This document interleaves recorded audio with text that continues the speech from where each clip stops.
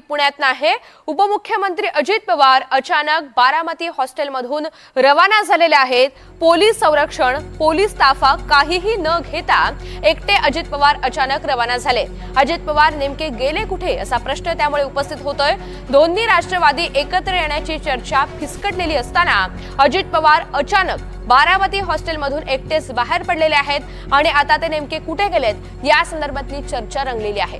रेवती हिंगवे आपल्या सोबत आहेत, अधिकची माहिती त्यांच्याकडून जाणून घेऊयात। रेवती, आता अजित पवार अचानक बारामती हॉस्टेलमधून रवाना झाल्याची माहिती मिळते, मात्र ते नेमके गेले कुठे या संदर्भातले काय अपडेट्स आहेत? नक्कीच ऋतुजा, खरं तर मागील एक आठवड्यापासून अजित पवार सातत्याने पुणे शहरामध्ये विविध बैठका घेत आहेत। त्यामध्ये राष्ट्रवादी काँग्रेस शरदचंद्र पवार पक्षाचे पदाधिकाऱ्यांसोबतची बैठक देखील आहे।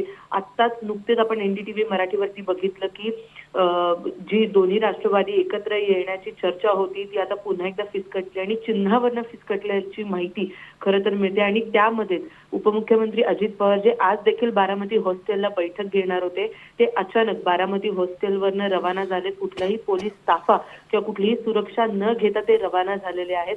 तर आता नेमके ते गेले कुठे, पुन्हा येणार आहेत की नाही, आणि जर ते कुठल्या अनडिस्क्लोज जागेवरती गेलेले आहेत तिकडे नेमकी काय चर्चा होते, दोन्ही राष्ट्रवादी एकत्र येत आहेत त्याच्यावरनं चर्चा होते का, काय माहिती समोर येते हे पाहणं महत्त्वाचं असणार आहे। ऋतुजा, निश्चित, धन्यवाद सविस्तर माहितीसाठी।